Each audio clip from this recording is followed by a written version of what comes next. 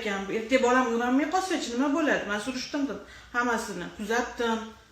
Yo'q, xuddi shuni biz o'shaning uchun biz halidan beri gaplashyapmiz. Xuddi shu narsani tushuntiryapman men sizga.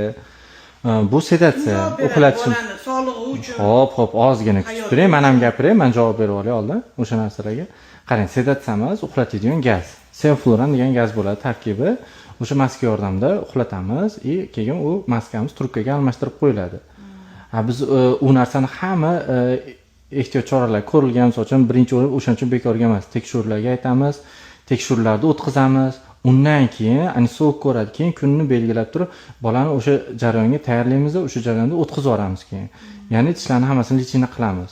Bu bekordan bekor biz u narsalarni o'zimizdan o'zimiz topgan emasmiz. U mana misol uchun butun rivojlangan davlatlarda xuddi shu narsa. U anchadan beri qo'llanadi. Bizda mana Xudoga shukr 5-6 yil, bir 10 yil bo'ldi. Yaxshi rivojlanib, hammaga keng o'sha tushuncha bor, qildiryapti ko'pchilik. U bugun paydo bo'lib qolmagan. U xavotirli joyi yo'q. U qanaqa sizlar nazoratingiz ostida hamma bo'ladimi? O'sha anesteziya. Albatta. Ishonchlimi hammasi? Anesteziyologimiz hammasi o'sha ishonchli bo'lgani uchun mana shuncha patsient qabul qildik. Shunchasi minnatdor bo'ldi. Shuni hisobiga mana shuncha bola sog'lom bestrah travmatik, psixik travma olgani yo'q. Necha soat davom etadi? Yo'q, endi u bolangizni olib kelsangiz, Xo'p, bolangizni olib kelsangiz, bolangizni ko'rsangiz, holatiga qarasangiz, shunga qarab turib, keyin tishini shunaqa ish qilamiz, plomba yoki koronka, keyin shuncha vaqt davom etadi.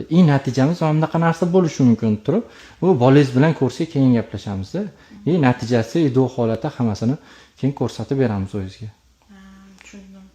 Endi tushundim. Unda qachonga anaqa yozilsa? Yo'q, bolangizni ko'raylik oldin. Bolangizni ko'raylik-da, holatini ko'raylik. Nima ish qilishimizni gaplashaylik. Mana siz ham o'sha tanishingiz orqali kelgansiz-ku, mana o'shani qanaqa bo'ldi natijasi?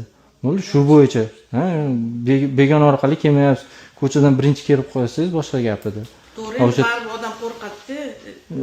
Yo'q, endi kirib kelishingizdan to'polon qilib kirib keldingiz-da mana. Katta odam narkoz boshqacha anaqada bo'ladi, emotsiya. Yo'q, bizdagi narkoz emas. Shunga o'xshash umumiy uxlaydi, lekin u sedativniy gaz oson singadi, oson chiqib ketadi organizmdan.